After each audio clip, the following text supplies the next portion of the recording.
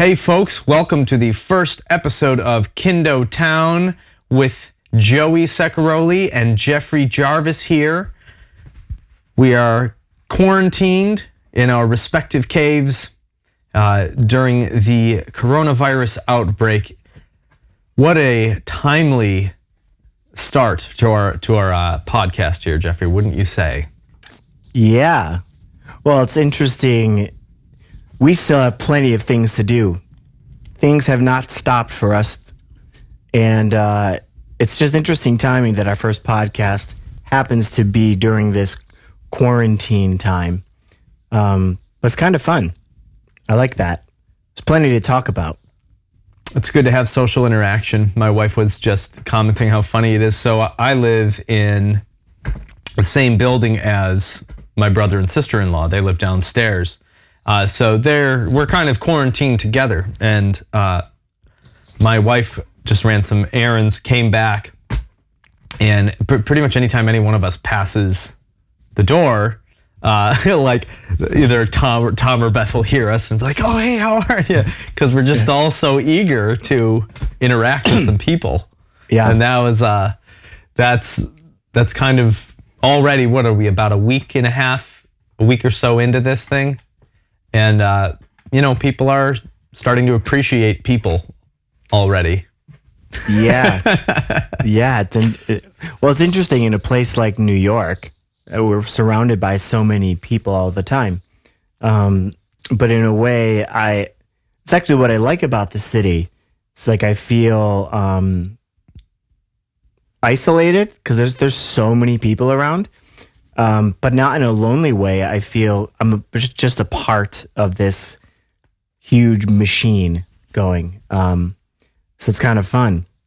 But it's now strange to go. I had to go out today, and there is absolutely no one in the subway. Like rush hour, nothing. That's a strange feeling. It's apocalyptic, and I'm not gonna lie. Part of me has always wanted to see what New York would look like this. So it's kind of exciting. There's an excitement as well. Isn't that weird when tragedy happens? Do you get that way? Yeah, I mean, there's a whole host of emotions. It's new, so anything that is new brings with it excitement. And then there's also kind of the sadness, the mourning of what was just immediately lost. I think that maybe in New York it's much more pronounced than in other areas because the level of energy and activity that inhabits this city on a regular basis is just off the charts when you compare it to, most other towns, particularly in America. And so when you walk through and you see everything shut down, there's barely anyone on the street. It just feels like, like there's like blight, like there's a blight that has passed through, like urban blight. That aspect of it actually gives me kind of a deep melancholy sadness. It does. Yeah, well, I feel kind of everything. But one thing that I'm surprised. Well, I'm not really surprised by, but I'm enjoying is I often spend time thinking about like how temporary everything is. Like the sun is going to burn out. It's going to get huge and envelop the earth, and that's that. And life is going to continue on. Like we're not living in a static universe. It's just our lifespans are so short that it seems static, So right now, we're kind of getting a glimpse of like even our government and how society is set up that has been stable for X amount of years that I can remember. It's not static as well. It's not going to last forever. So it's kind of fun, actually, in a way for me. And this is also like, of course, I don't want anyone to get sick, and there are people dying. So like that's awful. And part of this whole thing is trying to see some of the good from it that can be made, because you can make good from anything. You can learn from things. And I think it's good for us in a sense for everyone to kind of be forced with that thought,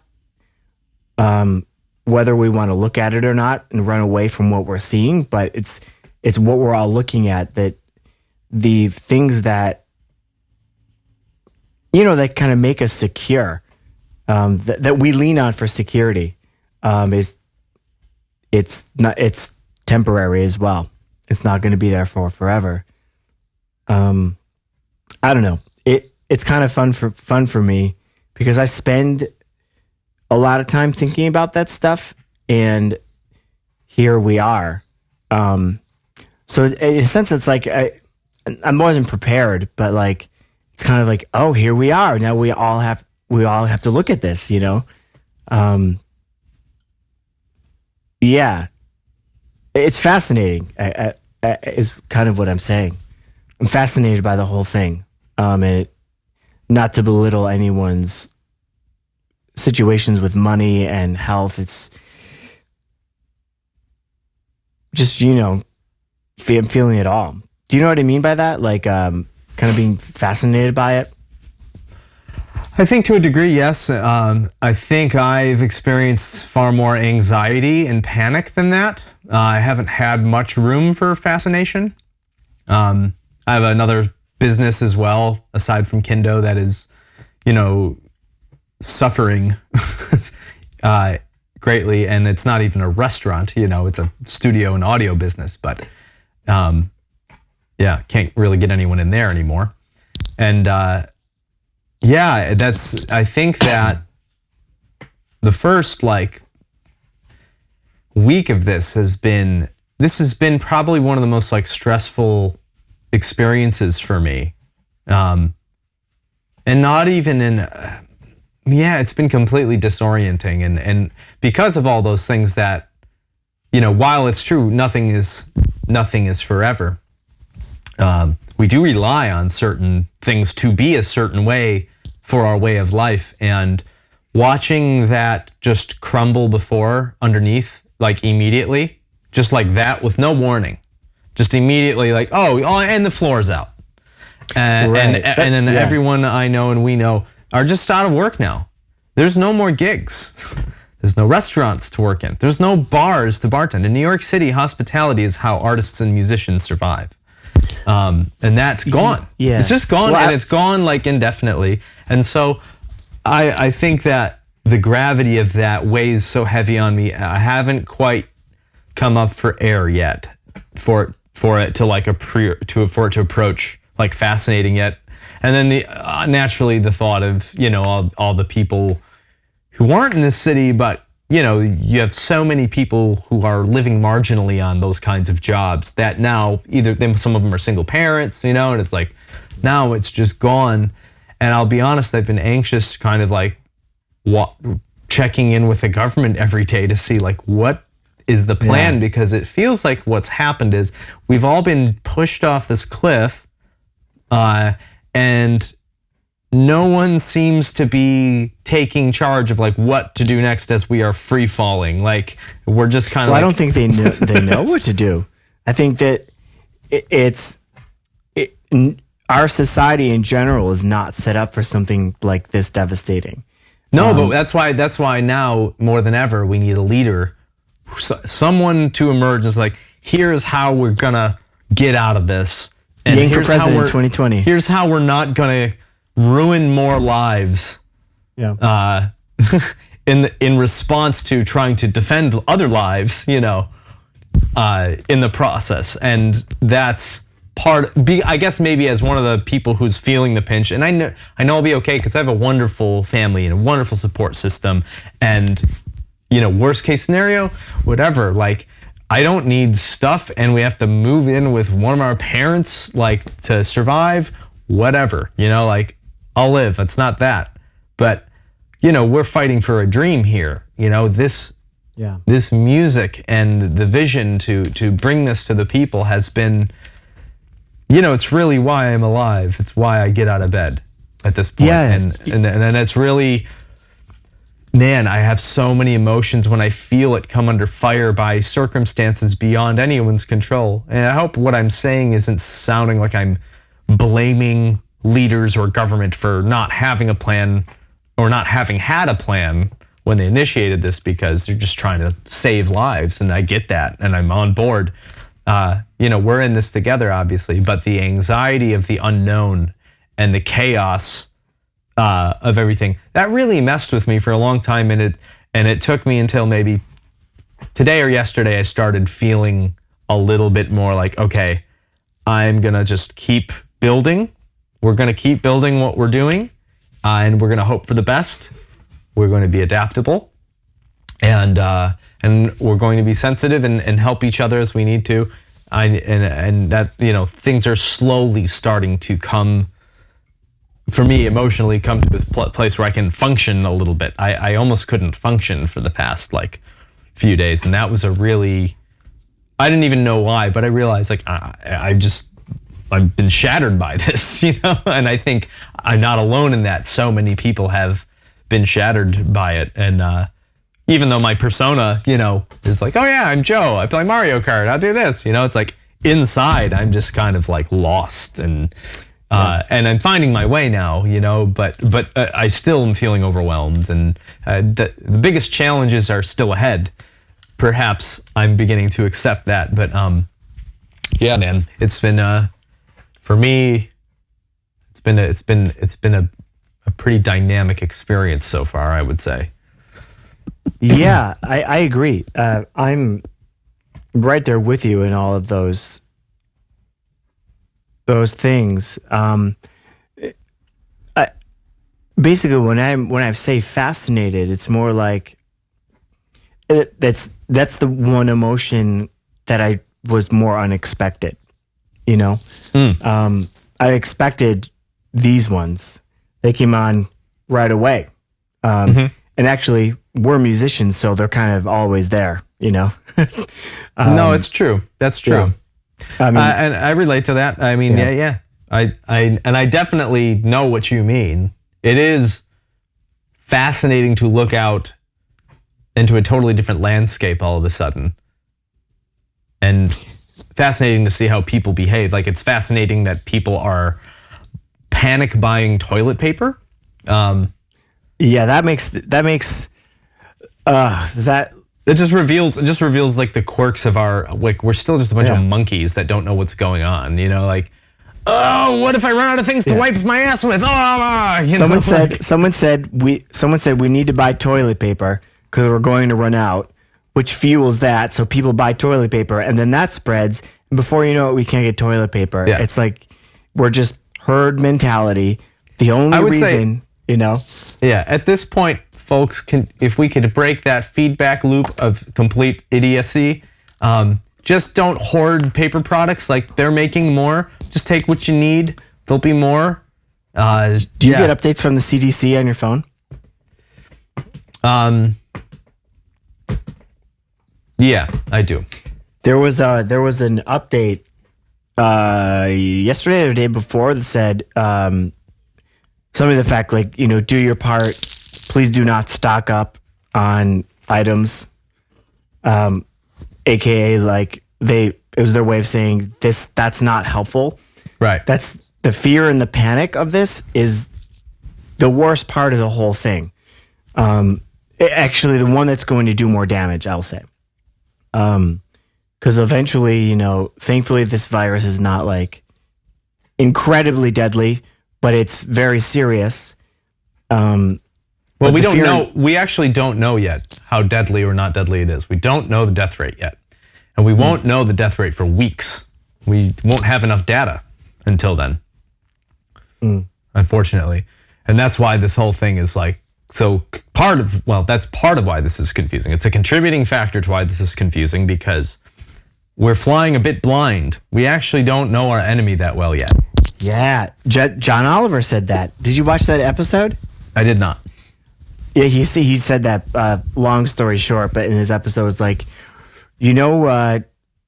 kind of on our own on this one. He's like, the reality is we're kind of on our own. And all of us need to bear that responsibility in this time. We kind of have to for each other. Because nobody really knows exactly what's going on. There's information going everywhere. Anyways, that ties into like why I said like fascinating. Because every now and then it's good to like zoom out and like, isn't this insane that we're on a rock hurling so fast around the sun that's also spinning, and our solar system is spinning. It's going at speeds we can't even fathom. And it seems like we're just kind of static sitting in place, but we're not. Because when you keep zooming out further, I think it's a good practice to be like, isn't this insane? This is life. This is really happening, you know? It's like a way of trying to keep positive. Yeah. You know, in a sense. No, I think that at this point, almost anything device we can employ to keep ourselves positive and optimistic and hopeful is worth employing, I would say, because certainly nothing good will come from pessimism and despair. I think we need to act. It's important for us to act as though we're going to get through this in order to get through this. I think that's how things happen. Yeah. You know? Yeah. Yeah, it's wild. Yeah, of course, like our first podcast is going to be during this virus, but it's kind of fitting in a sense. This is as good of a time as any. You know? Well, we find ourselves with a little bit more time than normal. Our programming is not happening as scheduled. So, yeah, man. Oh, you know what I didn't do? I didn't get questions from patrons before we did this. Oh, yeah. Well, maybe message them now. Maybe some will come in. Yeah, I will send a message right now, actually. Are you going to do it on Patreon? Or maybe the first one we could... Yeah, probably Patreon. Yeah, on Patreon. People are pretty responsive on here. They are, actually, yeah. The ones that are responsive respond right away.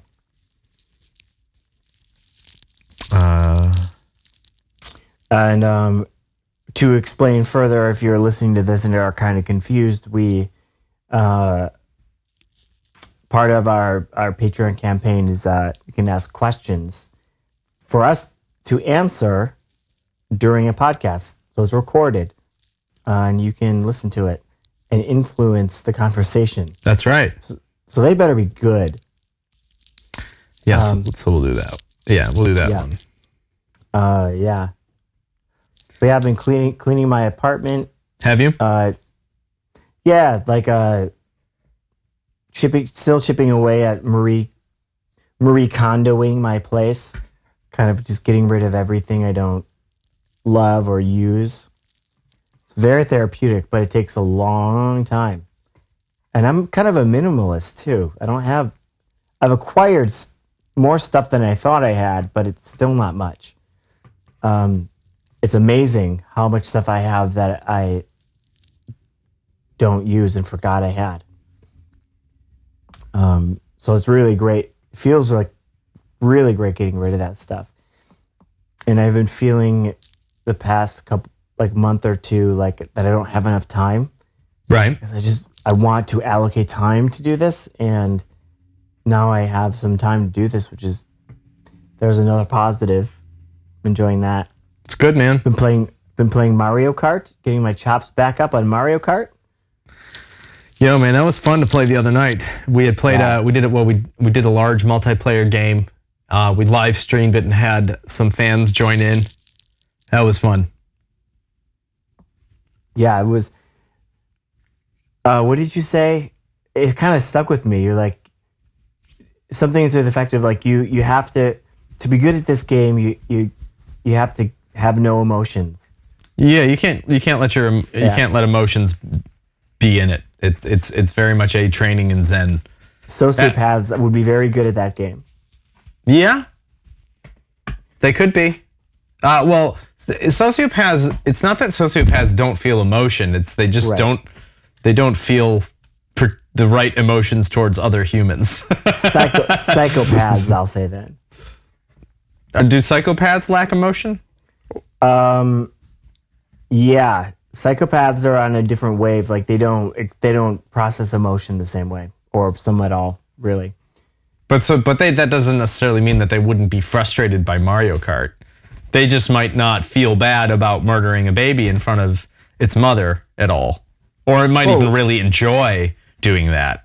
Well, who knows how that is determined if those are related, you know? But Yeah. hypothetically, not hypothetically, I get so frustrated at that stupid game that I love. And it would do me very, very well to not get so frustrated. And in that sense, it's funny to think that a psychopath may have a leg up. Yeah. Well, in either case, most of the world seems to be better at it than me, so that's fine. But it's still fun to race against them. Yeah, it's fun. It's fun and it's not. I wish there was like a middle ground. Like, if I play against the computer, that's not basically playing against myself because I get first place most of the time. But then I go online and it's more competitive than I want it to be. I want it to be like in between that, split the difference, so I can have a little fun and it can work. Because it's either like too easy or like fucking mayhem. I think that's how you get better. That's how I got better, was just racing in mayhem, because that's where the best racers are able to do their Joe, thing. I didn't say I wanted to get better. I said I wanted to have fun. That's true. You did say that. But you heard it different. What does that say about me that I can't separate those two things? I'm just checking my audio here. Make sure it's good. I think we're looking too deep into this specific case because I actually felt like you're right. If my goal is to get better, this is the best for me. But I don't want what's best for me. I just want to have fun. Well, your impulses want to have fun. They want to have instant good times. I'm laughing. I'm kind of just laughing at both of them, really. Yeah, well. But yeah, you're very like Donatello. You're like, I want to get good at this. I'm gonna get good at this. Is that how Donatello is? I don't know, but I'm projecting a lot. But he's a stereotype of a lot of people that has traits that could be. He is very good at technical things, and I don't have that gene like you do. Like you have the gene, like I'm gonna get good at this technical thing because I think your brain likes technical things. My brain likes outcomes. Like I want, which is not a good thing or bad. Everyone's brain likes outcomes, though. We all have dopamine systems. Part of what motivates me to learn things is because I like outcomes. Like if I get technically good at this, then I will get the outcome I want. You know, like I won't get the outcome I want if I don't get good at it. You know, I'll just get shitty outcome. Right. You know.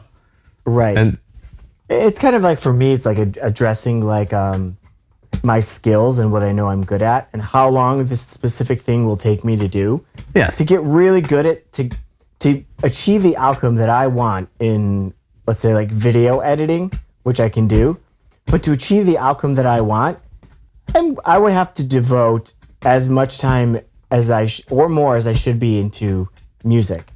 It's just, there's not enough time for me. So why even try? I'm just I'll learn some basic stuff and get someone who knows how to do it to do it. You know what I found with that though?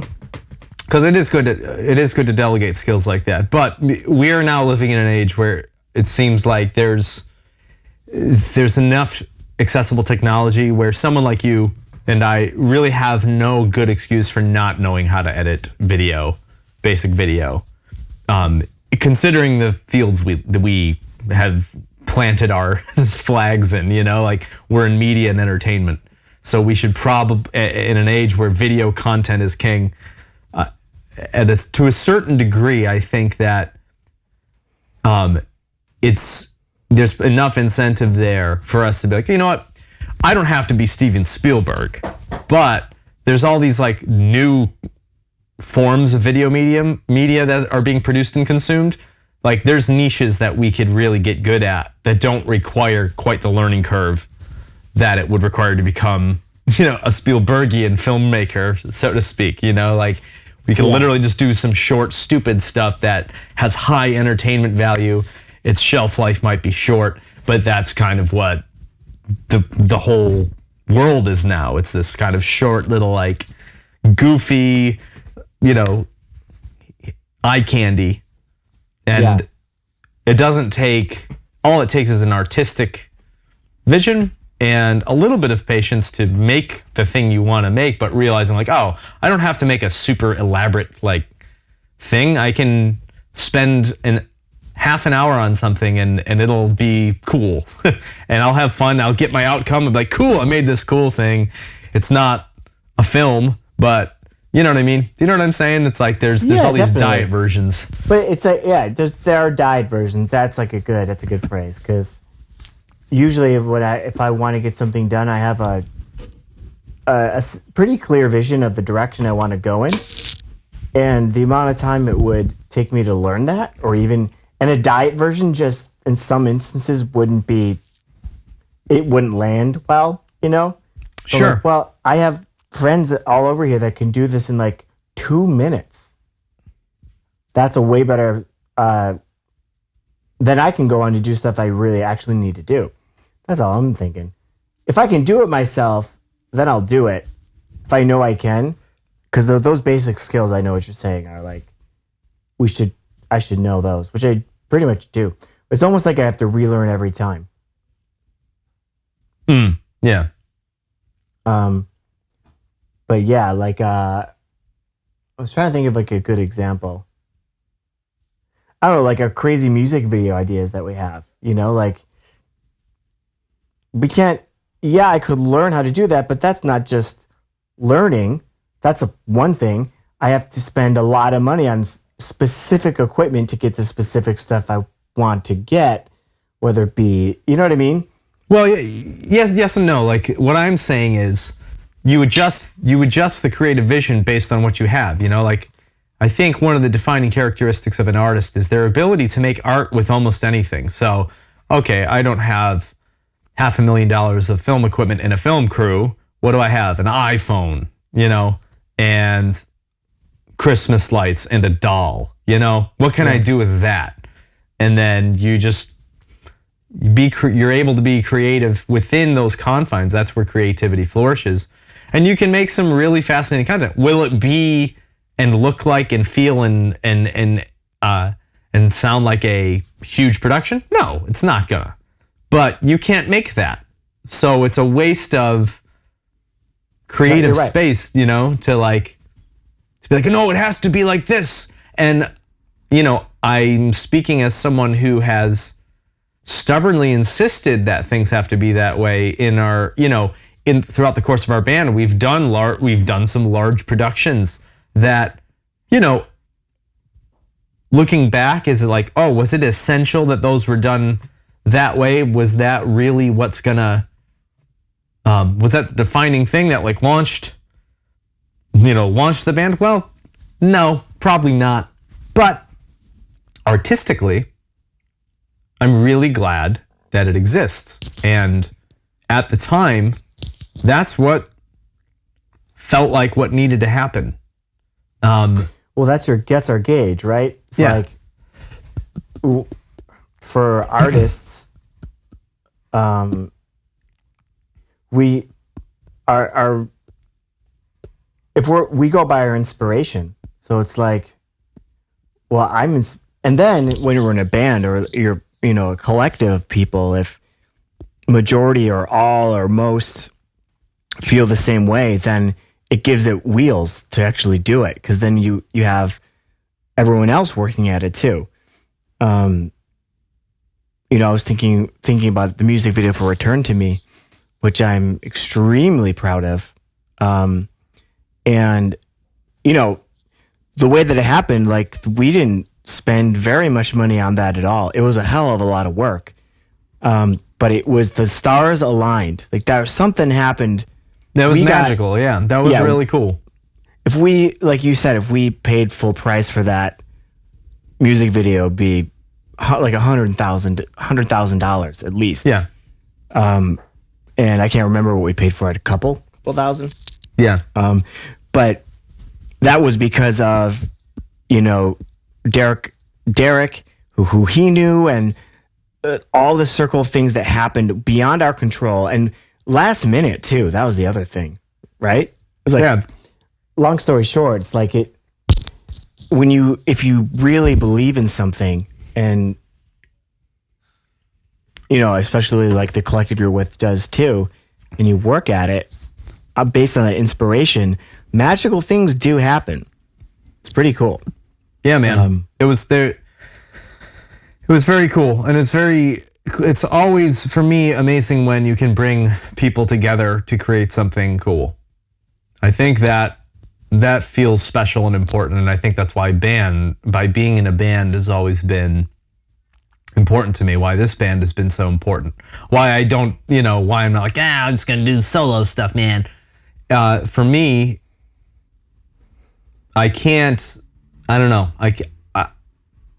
I like it when the sum is greater than the parts, and that's what draws me to this kind of format, at least, of music making and of enterprise as well. It's like more minds at the table, the more I believe we can accomplish. And that's ultimately, the most rewarding experience is collaboration for me.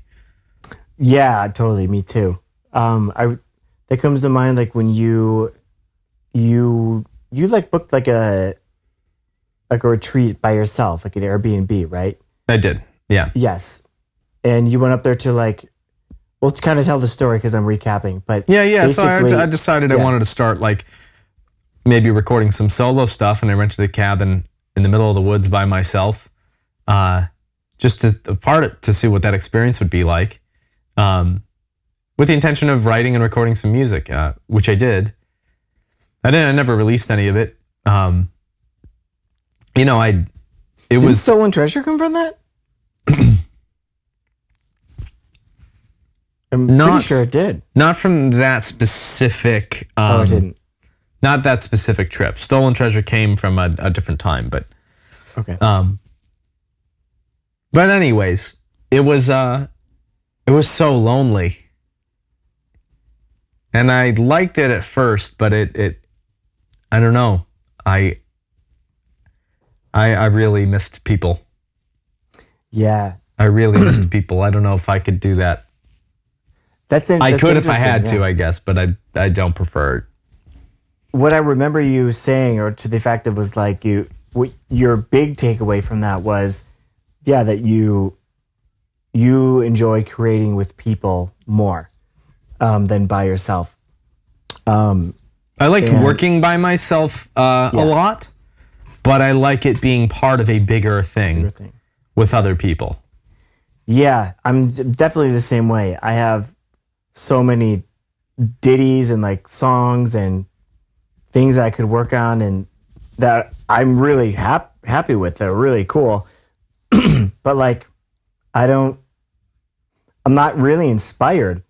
It's just be like, it would be kind of cool to do it. But maybe that's like when I'm 45 and, I have some time and whatever. But right now, like Kindo is taking up everything and I like that. I don't have that itch that some people do have that itch that are like, I need to do my music now. And that's what I want more, Yeah. Which is, I've never really had that. It was confusing because I'm like, why don't I have that? Shouldn't everybody want to put their own art out there, without it being part of a larger thing? It's not that I don't have the desire. Yeah, same. As long as Kindo is a thing, it's just not as tasty for me. Yeah. That and Kindo is now just such a demanding enterprise that, there's not really much room. That's such a, I love that we're like able to say that now, that we can say that, because when, 3 years ago or whatever, just before we started Patreon, like this was our goal, to kind of, we were still trying to reach our goal, but it was a part-time, unsustainable kind of hobby that we kept doing, keeping the band alive, living the dream. But now we're making a big go at it, a real one. And we're able to do that because of Patreon. And that came along at the right time too, Mm-hmm. It's just interesting, the timing. Yeah, we're making the shift. I think it's been difficult, but recognizing how important it is to make the shift into being a modern band, because it's modern times now. And, we talk all the time how we came from the album era, CDs. Our first LP was distributed in Best Buys, And so... Yeah, that's right. Those days are gone. And the entire business model is flipped on its head, So, particularly right now, we're not quite sure what's going on. But good for us. Let's just pause that. We know that at least being online, having a strong presence online with video, consistency of output is important. Staying prolific. Patreon's enabled us to do all those things, and it's raised the bar. It's like turning the temperature up. It's forced us and me into okay, well, this is definitely not a hobby anymore because it's way too time consuming, right? So you better keep putting all your eggs in this basket. Results from the web. Thank you, Google. I wasn't talking to you though. Was that like what happened there? Google thought I was asking a question. Weird. It's listening to you, bro. Always, yeah, always. Anyways, yeah, it's been really interesting to see all the resistance in me to doing that, and then realizing all right, for me, the fundamental shift that had to happen for me, man, was why am I still alive, and why am I going to get out of bed in the morning? And there's a lot of motivational speakers that talk about this. Simon Sinek talks about keep finding your why. That's important.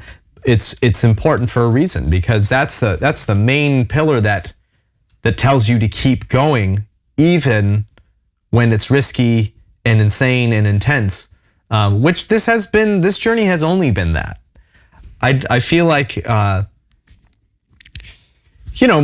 lot of the trials and experiences that we each go through as we pursue this, they're ours to go through, and everyone has their trials and everyone has their challenges. But because usually creative and artistic endeavors are down roads that are uncharted, it's a little scary. It's scary because there's just not really a manual for it. There's just other people who are trying to climb the mountain that hopefully you can get tips from, and you help each other on your way up. That's a unique kind of journey. But knowing that you were born to climb the mountain, that's why you're alive. Well, that's why you keep climbing, and if you don't know that's why you're alive, then why would you climb the mountain? You wouldn't. You would do something else, or do something just not as difficult and as uncertain. Not that anything's certain, but there are certainly shades of certainty. Yeah, that's a scary thought. Thinking I think we know some people, but people who have that are born with that climb the mountain disposition and don't do that, don't take the initial step or give up. And because I think for myself, I was being very real with myself. Without Kindo, what would I do? And I'm almost, it would be a sting and it would suck. But for me, I'm well, I've done pretty much the hardest thing. I would just do something else. I would keep climbing at something else. And that has nothing to do with anything that just got to find something to keep climbing, you know? Yeah, man. Because we've been climbing for so long, for as long as we can remember, as long as we've known each other too, that like there's no stopping that 20 plus years of climbing. Like, oh, maybe you slow down a bit because you're not as young, but I'm gonna still climb. And it makes me think like how lucky I am that I found other climbers, if we're using that analogy. Sure. That's inspiring too, actually, when you think about it, right? Like, why collaboration or being part of a bigger thing is enticing is because you're around other climbers. And you're like, this is really hard. I know, let's fucking do it. Oh, my leg hurts. Both of my legs hurt. Come on. You know? Mm-hmm. Yep. That's where the power is, man. Yeah, I've been dead weight many times. So have you. We all have, you know, and we're there to be like, all right, shit, I'll carry you because we need to do this, and eventually you'll get up. You know. I talked to my wife about that because she's a solo artist, and she often contrasts her experience, you know, with mine. You know, when we're working through our problems, when shit hits the fan for us, we're on the phone immediately talking to each other, starting to figure out, all right, what do we got to do? Where she's like, I wish I had someone to do this with. Like, when things go wrong or go right, like, I don't really have anyone to celebrate with or to problem solve with except for me. And that's really hard. And I'm like, yeah, I think that's probably why I want to be in a band. Because I need that. Like, you know, dude, like, even, I don't know if it was yesterday, almost any time now, like, I've been panicky and full of anxiety and started to get depressed, but I make a point to obviously, like, take the calls when you guys call and to answer, because I know I need it. I need the voice to remind me to keep going, and that even though things, you know, and you might not even know what I'm going through. It doesn't even matter, you know. Just the point. It's the ping that matters. It's the hey. What an interesting thing, and fortunate thing that you are aware of that, because that's kind of an uphill battle you do need to fight yourself, like staying connected. Because it's easy to isolate. When I'm feeling down, even when I'm not, I like to be isolated.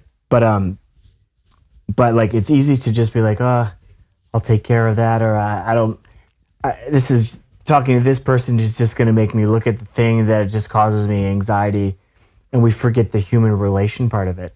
Yeah. And to pick up that phone anyway, you know, like, I have a friend during this virus who's like trying to like hang with, and they're like, man, I'm just really depressed and I'm just reading and kind of want to be by myself. And you know, that's to an extent you need that, but at another extent it's like, nope, you're done with that. Like, you don't need, that's actually what's not going to be good. It's not going to be helpful for you. Right. Right. And it's good that you have that in you to know, like, I mean, you have a lot of practice too. I do now. Yeah, I got those tripwires. It's like, all right, do you find yourself wanting to just watch lots of TV? Do you find yourself wanting to do things? And I've set up rules for myself, like little warnings. It's like, okay, if you have things to do, which I always do, are you not doing them because you need to rest? If so, you should be sleeping. Are you doing something else to procrastinate? You're either doing the thing that you know you need to do, or you're sleeping because you need rest. And that's a general rule I use for myself. It's not a die on a sword rule. Like, obviously sometimes you want to just relax and watch TV, but not when you know there's things you need to be doing. And so I'll check in with myself whenever I'm like reaching for that. Or now, honestly, with the phone, all the news about, you know, the virus, like, I found myself as obsessed, and that was filling my head more than like my own vision and the vision for what I wanted to get done each day. And I recognized that, and it's like, tomorrow you're not gonna watch the news. You're not gonna touch your phone. If important breaking news happens, you'll hear about it. You know, if you need to know about something, you'll know about it. You don't have to check your phone every 10 minutes to see if there's anything, you know. Yeah. You know, there's little things like that. So learning how to navigate this creature has been a challenge. But I actually feel terrible, Jeffrey. We got extenuating circumstances that I just learned about that are going to have to cause me to have to end this a little early. I can explain later. Oh, okay. But yeah, everything good? Yeah, everything's fine. Yeah, okay. Absolutely. Yeah. I think this is good. This is a good first podcast anyway. Yeah, man, this is a good dip in the toe in, and I wonder if Skype will let us do multiple people. I would like to check that out because I'd like to get some of the other guys in as well. If we do like 3-way, that would be cool. I would love to introduce people to some of the newcomers. We got like Rodney, Rodney and Amit and Kendall. Yeah. You know, we'll get that going. But let me see. You know, before I hang up, let me just make sure we don't have any questions from patrons. Yeah, let's see if we have any questions. We'll definitely be more prepared for questions in the future. We have one? All right. This first one is okay. We can do these two real quick, and then I gotta go. Okay. What are their names too? Benjamin Sylvester asks, when you are making some of the best music out there, what are some of your hobbies? Well, thank you, Benjamin. Benjamin is a patron. That is why he gets to ask us that question. Shout out to Benjamin.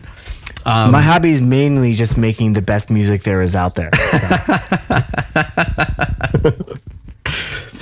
Well, as we had discussed, Benjamin, Mario Kart is definitely a hobby. I love cooking so much. I really love yoga and meditation. Let's see. Sometimes I go running. That's nice. Yeah, those are I would say are my primary hobbies. That and existentialism. Although I'm trying to back off of existentialism a little bit because I found myself getting a little too wrapped up in it and not doing anything. So, I found. Sorry, did I interrupt you? No, you're fine. Okay. I found. I was thinking. Actually, it was funny. I was thinking about what my hobbies are besides music, because I'm lucky to be that most people's hobbies is what I do. Yeah. But my main other hobby is I watch TV, but it's weird to say that, because it's not like I do that a lot and I have an exorbitant amount of time to spend on TV, but I really like certain shows. And I kind of have like a narrow, what's the word? Interest. But when I like something, I get obsessed with it, and it's really fun for me. It's almost like a comic book, you know? Yep. Like I'm watching Better Call Saul right now. I really like it. It's a spinoff from Breaking Bad. And I'll watch breakdowns that these 5 to 10 minute breakdowns that these people do afterwards. And those are fun to watch because I still get to think about the thing I love. And I didn't think about that. And I really love the art of acting a lot. It's fascinating when people can, I was watching, there's this show called Billy on the Street. Have you seen that show, Billy on the Street? Nope. You would like it. Billy on the Street's this gay, flamboyant, really loud, really funny. It's on Netflix. You and Kate would love it. But he's kind of a lot. But he had on, he just goes around in the street and interrupts people and interviews them. This is really funny. It's in New York, of course, but he had Julianne Moore with him. And he was like, all right, so Julianne Moore has something to say to you. Oh my God, Julianne Moore. And then she's reading part of a script that in a movie she was a part of, and like she went from "Hi, so good to see you," and there I was, and like she went into that character, and you just saw that switch on her face. It was like, what? That's magical, you know? Like, yeah, that's amazing. I guess it's pretty similar to like when a musician plays music, you know, like for me, like when I mean, it's still with music, but when an actor can come in and out of a character like that, and then be like, hey, anyway, I'm Julianne. It's like, that's scary. You're not supposed to be able to do that. You know? Skills. That's great, man. Good skills. I'll just finish with this. Holly Filippiak. How are you, Holly? Shout out to Holly, also Hi, patron. Holly. What's the story behind Breathe Again? I've always wondered. Holly, wonder tell no the real more. one. No, I can't. Well, it's not that much abbreviated. Yeah, but it'll still be juicy. So this is a urban legend I heard that was told to me by a coworker when I worked out in Orange County. I lived there when I was in my young 20s, and I was trying to be a loan officer for about 9 months, which I was horrible at because I'm not a loan officer. I'm bad at that. Anyways, we were having some beers and wings at lunch, and this coworker started telling me about how this person they knew had essentially had their house broken into on Christmas Eve. All the presents were stolen. No. It was a car. Car was filled with presents in the trunk, and the presents were all stolen out of the trunk on Christmas Eve. And it was a couple of days later, back on the job, there was this rumor going around about this person who was bragging about stealing all this Christmas presents out of people's cars, like an idiot. I guess it was like he had been a convicted felon before, and he was just in and out of jail all the time. This was a construction job as well. I can't remember what the trade was specifically, but a lot of gossip flying around there. And this person caught wind of it and found this person and essentially made them disappear. And so, yeah, I didn't want to hear this story because I was just trying to get some beer and wings. But yeah, I don't know who the person was that did this, but yeah, it was based on. It's safe to say that you're not very far removed. Well, because it was within that circle. Sure, I wouldn't know how to get a hold of any of the people involved in that anymore. But yeah, so that was pretty crazy. And so I decided to like change the details and write a song about it. I don't know how absolutely true it is because I didn't ask for any evidence. So I love that it's kind of like a fan favorite song. Yeah. And I love that because I remember when we were writing that and you wrote the lyrics, like I remember you like being excited about it. I'm like, yo, this is fucking fucked up and cool, man. I'm glad you did this. It's a murder ballad. I didn't even know what a murder ballad was, but that's interesting, isn't it? Yeah. Because I wasn't even thinking like who's gonna like this. In fact I was like, yeah, this one's probably gonna be next for people, but I'm glad I like this. So it's interesting that our really sweet babies, our sweet baby fans like really like that messed up story. Yeah, man. Anyways, I should get going, but I'm glad this was a good episode one of Kindo Town. Yeah, I love it. It's great. Two more. We could do these pretty frequently. We'll see how they go. But I give it an E for effort. E for effort. They'll only get better. We'll get the lighting. 100% with we're gonna improve the lighting here. We'll get there. But thank you. Special thanks to our patrons who make this possible. We really appreciate you. And if you enjoy this podcast and you want to support us on Patreon, check out patreon.com/the Reign of Kindo and feel free to support us in any way possible, or just send us a nice message. We love you very much. Jeff, tell him how much you love him. I love you so much. There you go. And the reason I love you so much is because you let me be able to do the thing that I love. That's right. it just so happens to be that you like the thing that I love to do. So that works well for me and you. But anyways, I love your support. It's everything. I hope everyone is happy and healthy. And if you are without a job right now and you're not sure where the next means are coming from, keep the faith, have hope, reach out to friends and family. We're going to get through it together. And yeah, we love you very much. We're thinking of you. We're praying for you. And we're going to get through this difficult time together, everybody. We'll make the most of it in the meantime. And yeah, keep listening to music that lifts your spirits and spend. Hopefully you're not stuck with someone who makes you want to jump out the window. I love you very much.